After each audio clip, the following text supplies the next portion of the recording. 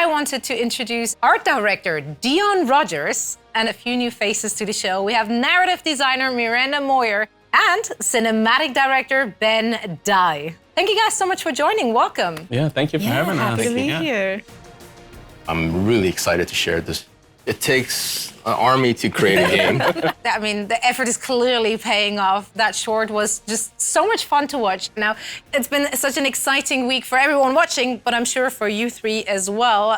Players have learned that the next beta is coming on June 28th. Can you tell me a little bit more about what we can expect to see in this beta? The biggest thing is open to console players this time. We're gonna add a new map, Rio.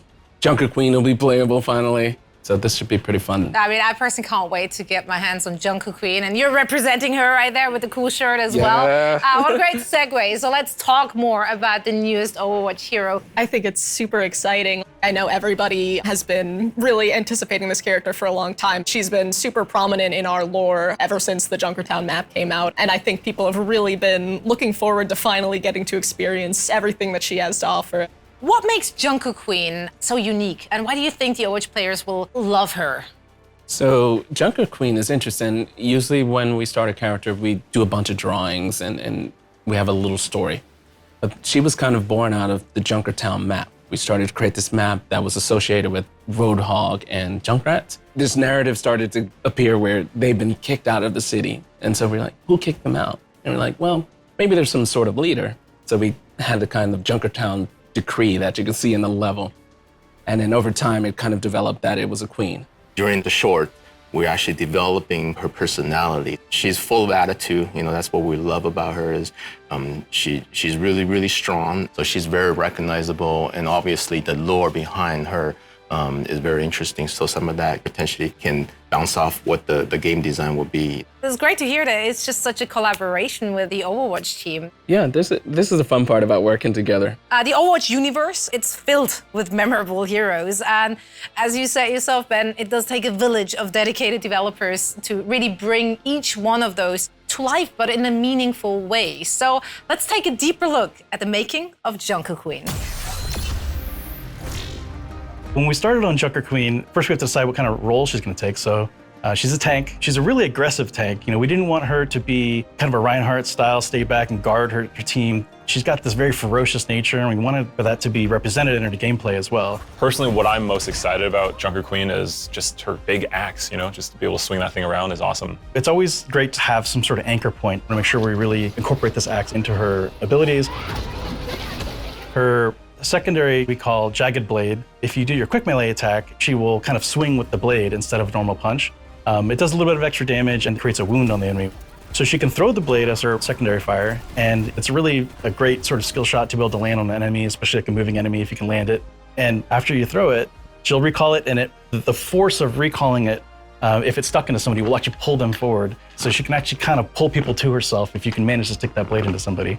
For Junker Queen's ultimate, we have an ability called Rampage. She creates this kind of whirlwind of magnetized metal, including her weapons, and it whirls around her, and then she dashes forward, and you try to go through as many enemies as possible and tag them all up. That also wounds everybody, which is really important because it's very easy to hit with this large area effect, so it heals you for a lot, but also it creates a debuff on the enemies that reduces the healing that they receive to 0. Our sound designer has done an incredible job with her. She's full of snarky fun to the way she plays. So all throughout her kit, there's little guitar sounds actually hidden. So if you listen to her axe, she pulls it out and there's a big screech on the guitar strings and she pulls it forward. We have a wonderful actor named Leah who we found after a huge global search trying to find the right voice for her. Here I am. It's really amazing when the right actor matches the character and the personality. You feel this sort of magic that comes out of it. I think players are gonna love her. She's scary, she's awesome. She's a departure from any other hero that we have here. You know, this is just a straightforward badass character. She's just been so much fun to work on, and I'm just so glad to get her in people's hands finally. The Queen of Junkertown has arrived. So how does the Junker Queen fit into the overall world of Overwatch? I think Junker Queen's pretty interesting because there have been previous rulers of Junkertown. Junker Queen was not always the queen. And the old rulers of Junkertown have always been kind of content to just, lord over the city. But Junker Queen, she has a very big axe and big ideas to go along with it. What did you aim to achieve when developing Junker Queen? We want to tell deeper stories for our heroes, have heroes that are connected to the world of the game. big thing for Overwatch 2 is to move the lore of Overwatch along. So these type of heroes help that. What are her abilities, and how do those abilities actually make her successful in the role she's in? What's pretty awesome about this hero, she was developed when 5v5 from the start. She was never a part of the 6v6 world of Overwatch. Knowing she's the only tank on the team, what abilities that will help bolster the team. She has this commanding shout. It boosts the speed and armor of the heroes around her. So especially you need to push through a choke. She does the shout, all the players hear it, they move forward. She has a bunch of weapons, you know.